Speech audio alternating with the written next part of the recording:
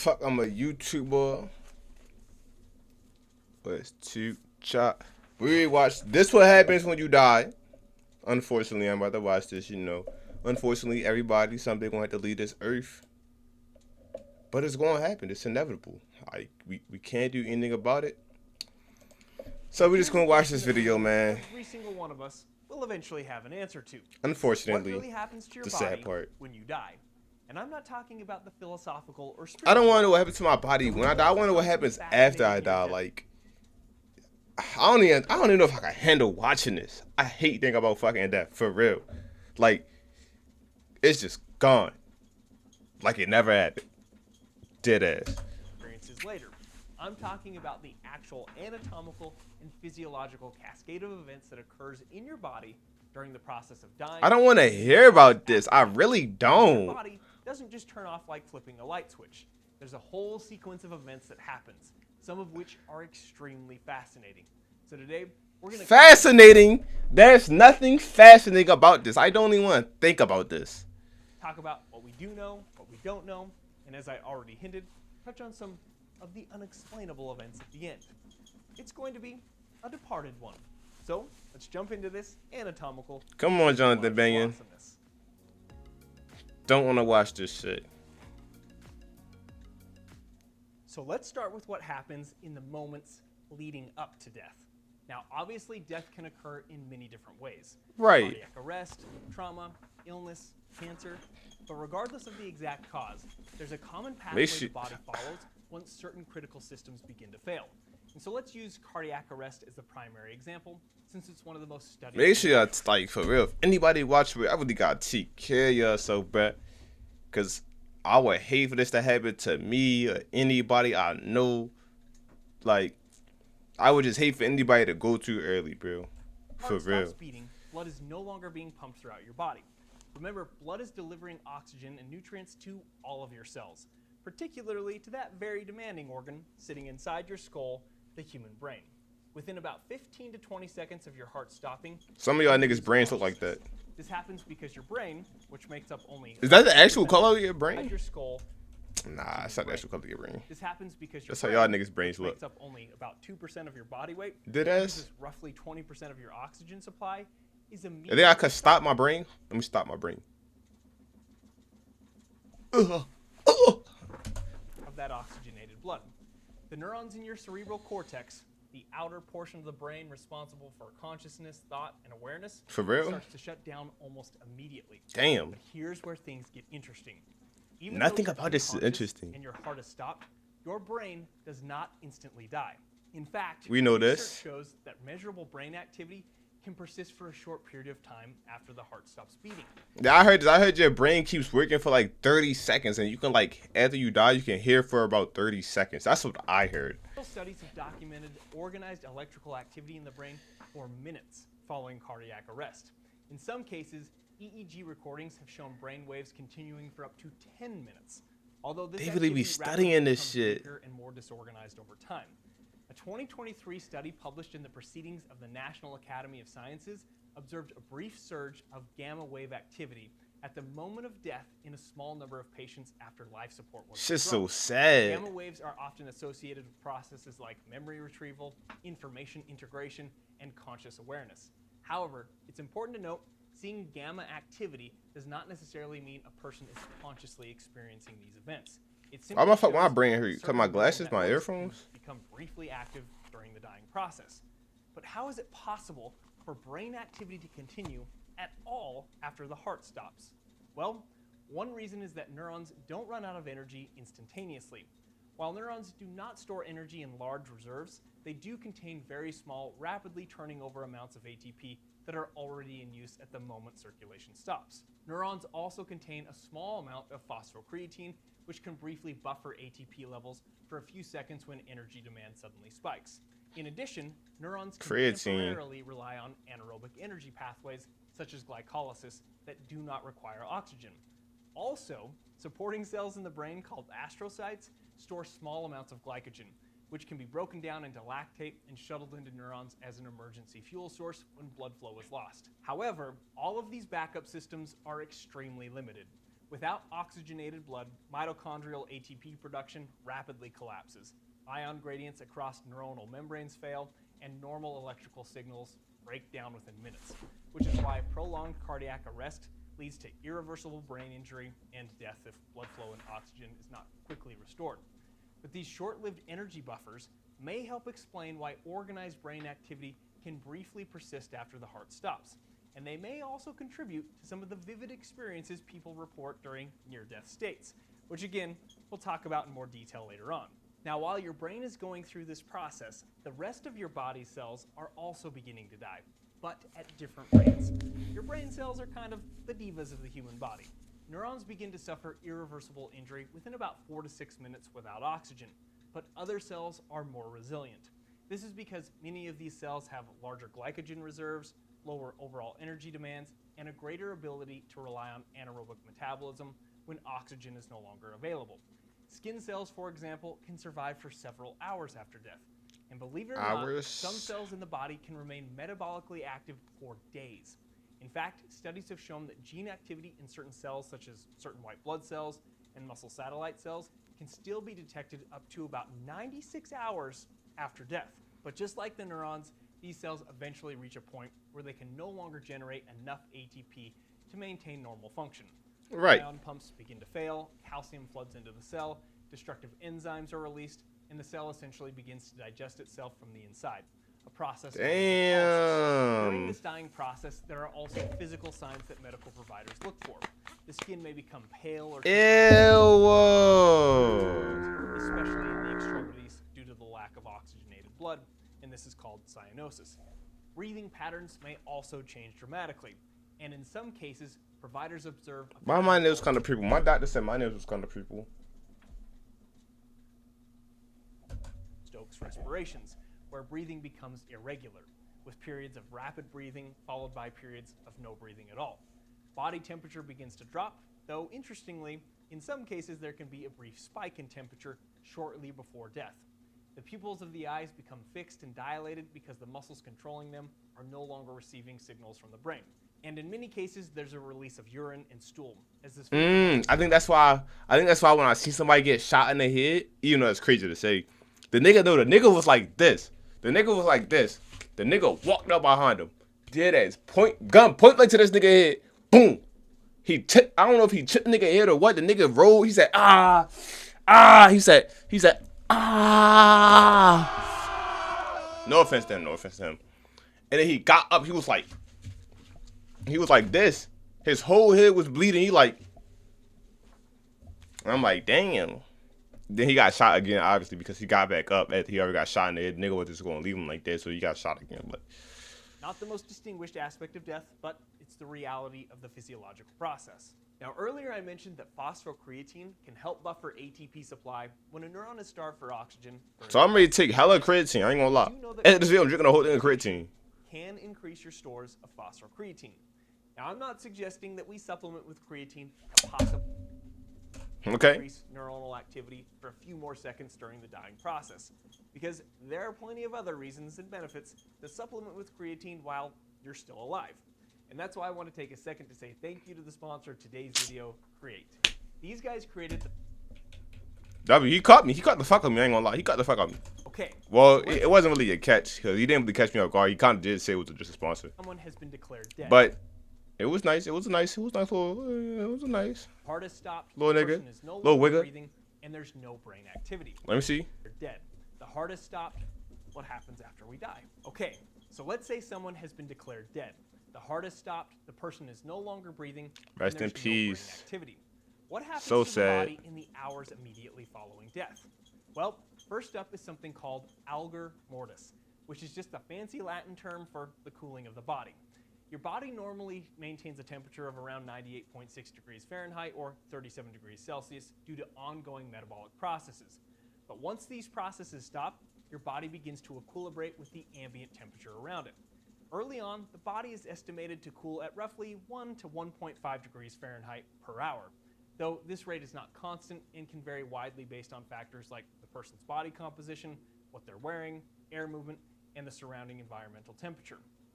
This is actually one of the methods forensic scientists use to help estimate time of death.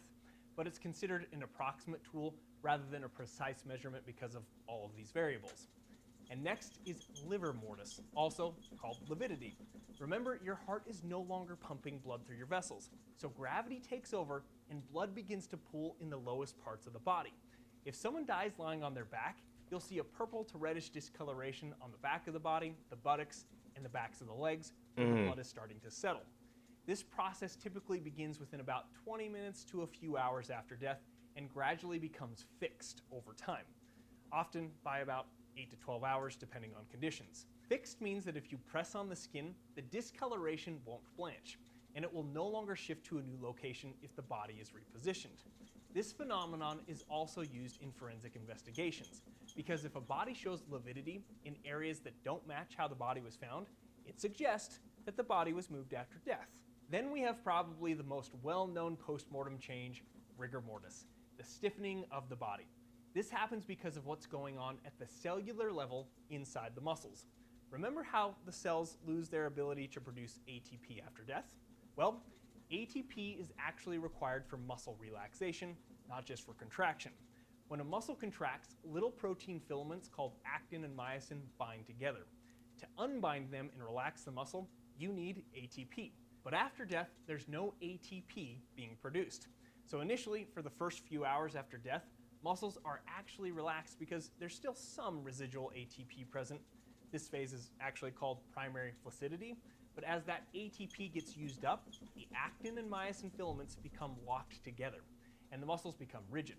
Rigor mortis typically begins in the smaller muscles of the face, neck, and hands within about 2 to 6 hours after death, and then progresses to the larger muscles of the body. The body generally reaches maximum rigidity at about 12 to 24 hours after death, depending on conditions. Then interestingly, rigor mortis reverses. After roughly 24 to 48 hours, ongoing autolysis and bacterial decomposition causes muscle proteins, including actin and myosin, to break down, which causes the protein bonds to dissolve and the muscles begin to relax. This phase is referred to as secondary flaccidity. And there are obviously other changes. I don't even know what to say, bro. The corneas of the eyes become cloudy within a couple of hours after death. I can't use shit but shake my head. Like, out of the cornea stop functioning, leading to dehydration and swelling. And if the eyes are open, this clouding can happen even faster due to evaporation. The skin also begins to take on a marbled appearance, known as marbling, which occurs as red blood cells break down and bacteria spread along the superficial blood vessels during early decomposition, creating a blanching, purplish pattern beneath the skin.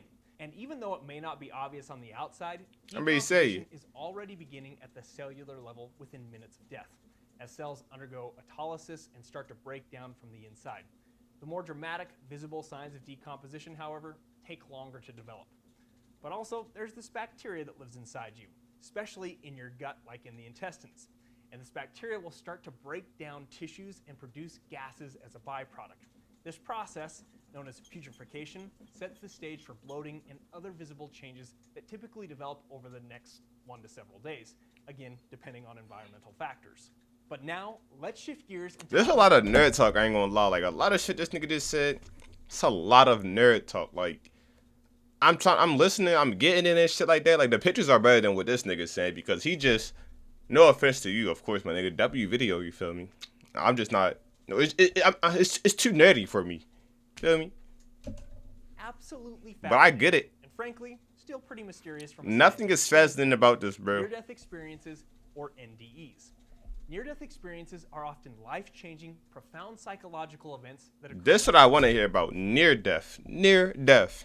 Like, what happens to somebody? What do people think when they so-called die, and then, well, not so-called, when they die and like come back to life, resurrect? Death, or in situations where death seems imminent.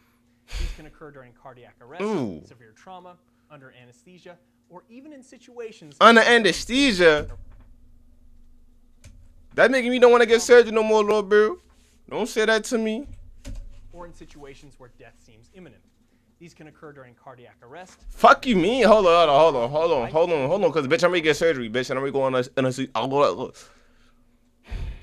Logical events that occur when someone is close to death or in situations where death seems imminent. These can occur during cardiac arrest, severe trauma, under anesthesia, or even in situations where someone thinks they're about to die but are not actually in any physical danger. Oh. And here's the thing that makes NDEs so interesting. While they are not identical, many near-death experiences share many recurring themes across different cultures, ages, and backgrounds. People from completely different parts of the world, different religions, and different time periods often describe experiences with overlapping features. And even though the exact details can vary, it's this pattern of shared themes that has researchers so intrigued. Research by Dr. Bruce Grayson and others has identified several core features of near-death experiences. Not everyone experiences all of these features, but one of the most frequently reported features is an out-of-body experience. People describe Explain, nigga. separating from their physical body and viewing it from an outside perspective, What? from above. Some people report perceptions that later appear to match specific events that occurred during their resuscitation. And as you can imagine, the timing and mechanisms behind what's causing these perceptions remains an area What perceptions? of scientific debate. Dr. Sam Perina's AWARE study found that about 40% of cardiac arrest survivors who were successfully resuscitated reported some form of recalled experience during their cardiac arrest. What experience? Can we say the experience? Wait, who were successfully resurrected? Damn, I can't talk. I'm trying to talk too fast. Who were successes? Some form of recalled experience. Successes? during their cardiac arrest. Why can't I say successfully, bruh? I give up in Although life. many of these experiences were fragmented or nonspecific, and only a small number involved structured awareness.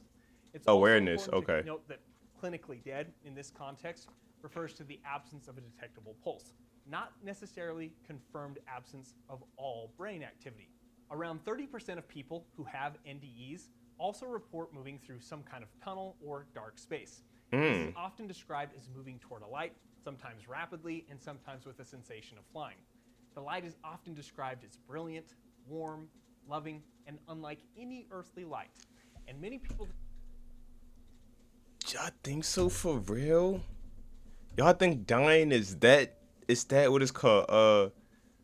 Not peaceful. I heard I was gonna say.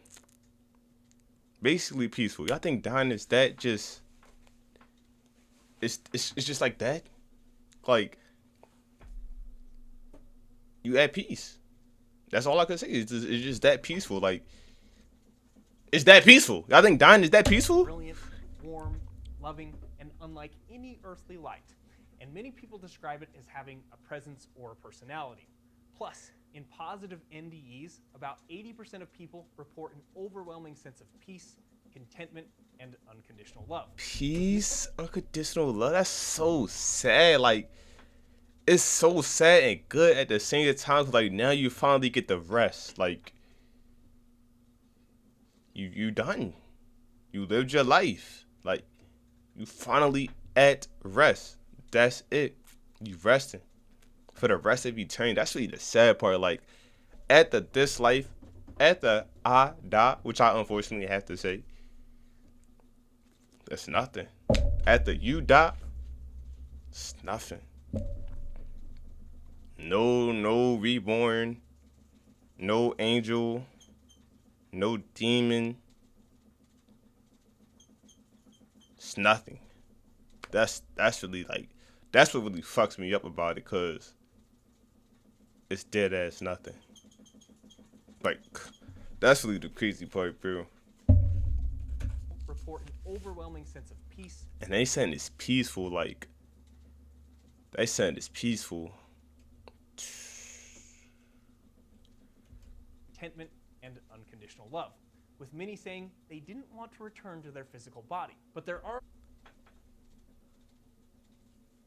Oh my God, that's crazy. Imagine dying is so peaceful that you don't want to come back to life.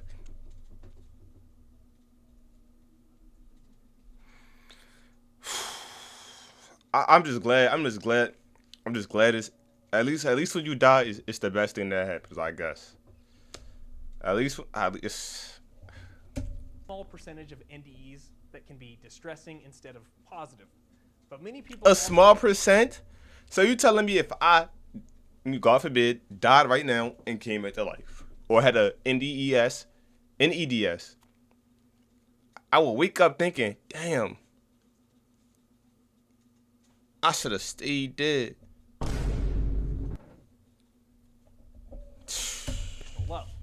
many saying I'm sorry, I gotta keep replaying this. Like, I'm sorry. I gotta hear it one more time. I gotta hear it one more time. Describe it as having a presence or personality. Plus, in positive NDEs, about 80% of people report an overwhelming 80%. contentment and unconditional love, with many saying they didn't want to return to their physical They body. didn't want to return. Nobody want to die, but they didn't want to return.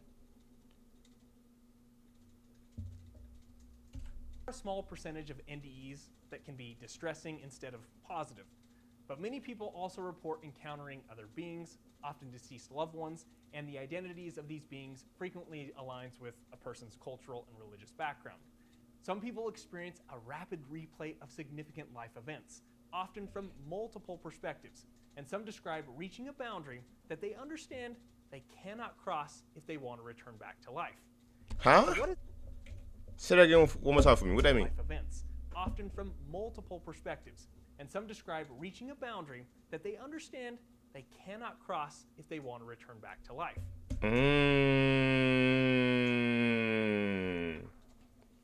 So basically, when you had that near-death experience, and you have your little visual. Fuck, I talk properly, bruh. Visualizations. I need a speech class. I clearly need a speech class, because for some reason I can't speak. Visual. Is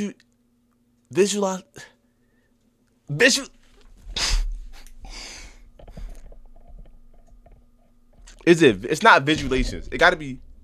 It's not visualizations. It's not that visualizations. It's visual.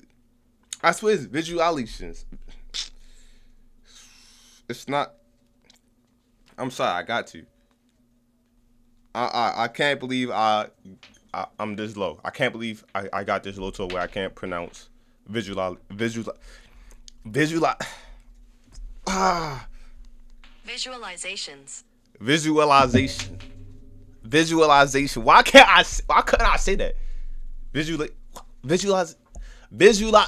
It's like when I said a little visualizations. Anyways, bitch. When they had them visualize. Alright, y'all get the fuck I'm saying. Fuck it, it's not even funny no more, bitch. When they had them visualizations, yes. When they had them visualizations, they either had a choice. It's either you take the right path, you had ease, you rest. It's basically like let's say you God forbid your mom died. You feel me? And you die. Well, a couple years later you die, and let's say you got a child. No, you got a child too. It's like when you die, like this. God forbid. You got a choice. You can go with your mommy, or you could come back with your baby. You gotta make that option, bro. Which one you gonna do? That's basically the choice. What is actually happening during these experiences? Well, as we've learned today, we know the brain doesn't instantly shut down. We know brain activity can briefly persist, and in rare cases, show transient surges after cardiac arrest, though this activity typically declines rapidly. We know certain neurochemicals are released, and much of this could possibly explain what is happening during near-death experiences. But we don't know how to fully explain detailed, coherent experiences or precisely when they occur, especially during periods when brain activity is expected to be severely impaired. We don't know how some people report perceptions that later appear accurate during periods of presumed unconsciousness, particularly given the limitations of EEG and other monitoring methods. And we don't know why these experiences show recurring themes across many cultures and time periods. So yes, physiologically, we do know quite a bit about what happens as a person dies. The heart stops, consciousness fades within seconds, brain cells begin dying within minutes, and the body undergoes predictable changes over the following hours. Okay. What happens to consciousness, to that sense of you, remains a very interesting question. And whether near-death experiences represent consciousness beyond the brain and this life, or whether they reflect the brain's final neurological activity, these experiences continue to challenge what we think we know about what happens after we die. And maybe that's okay. Maybe some questions are meant to keep us wondering, or at least keep us wondering until that moment when each of us finds out for ourselves. The question that could never be answered. The question that could never be answered. It's sad, bro. It's sad. It's sad. Niggas say death is beautiful. Apparently it is beautiful. But it's really not. But anybody watching this, y'all ever had some near-death experiences? Like, I feel like I had one. One time I was asleep. This could have been just been a dream. But one time I was asleep. The nigga I know this nigga, the nigga named Cam. My man's Cam. The nigga was, I was running. He chasing me in the woods. Like, we in the woods. And nigga, I promise you, he had a gun. Nigga, I forgot why I was running. I don't know if I was running from him, running from somebody else. But he the last person I remember. But nigga, I was running from somebody for my life. Like, nigga, if I'm running for my life, nigga, I'm fucking out of there. Like, I'm really out of there. And I think I got shot. Did I get shot? I think I did get shot. I don't know if I got shot or not. But a bunch of memories just started replaying. Like, this memory, like a bunch of good memories. Then I woke up. And I don't know if it was because of my brain trying to snap me back into reality or what the fuck it was, but I feel like that was my near-death experience. What he just say? Not physical, consciously. I feel like that's what my mind was, consciously. But, hey man, death is, I guess it's peaceful. As I said, it's the answer. Nobody know the answer to what happens after death. When you gone on this earth, what happens? Nobody know. Nobody. But same like this video. That's like my video.